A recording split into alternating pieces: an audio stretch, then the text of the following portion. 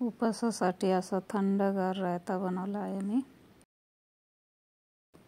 बटाटे उकडून घेतले, ते 4-5 शिट्ट्या देऊन सोलून घेतलेत आणि असे छोटे छोटे कापून घ्यायचे आहेत.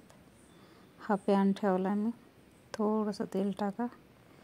शेंगदाणे भाजून घ्यायचे आपल्याला चांगले खरपूस, थोडेसे लालसर, छान स्लो याच्यावर. ते छान बघा असे भाजून घ्या. हे बघा, हे दही घेतलंय मी. त्याला छान आपल्याला फेटून घ्यायचं आहे. क्रीमसारखं करून घ्या छान.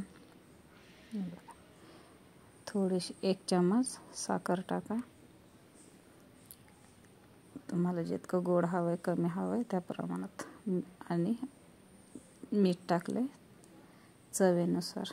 आणि कुटलेली लाल मिरची आहे ती थोडीशी टाकली, अर्धा चम्मच. हे सगळं आपल्याला छान मिक्स करून घ्यायचं आहे. साखर विरघळली पाहिजे. तर हे बटाटे थंड झाल्यावर आपल्याला कापलेले बटाटे ते दह्यामध्ये टाकायचे आहेत. थंड झाल्यावरच टाका, गरम टाकू नका, नाही तर दही फुटलं जाईल. हे असं सर्व मिक्स करून घ्यायचं आहे. आणि शेंगदाणे आपल्याला भाजलेले ह्याच्यात द्यायचे टाकून. ते पण थंड झाल्यावरच टाका, कारण थंडी रेसिपी आहे ही, उपवासासाठी आहे खास. तर नक्की बनवा. तर आपल्याला सगळं असं मिक्स करून घ्यायचं आहे. हे बघा दह्यामध्ये.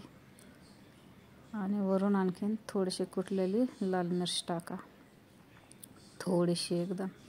आणि थोड्या वेळ फ्रीजमध्ये ठेवून द्या. तर हा उपवासाचा रायता बनवला आहे मी. खूप छान आणि चविष्ट आहे. नक्की ट्राय करा.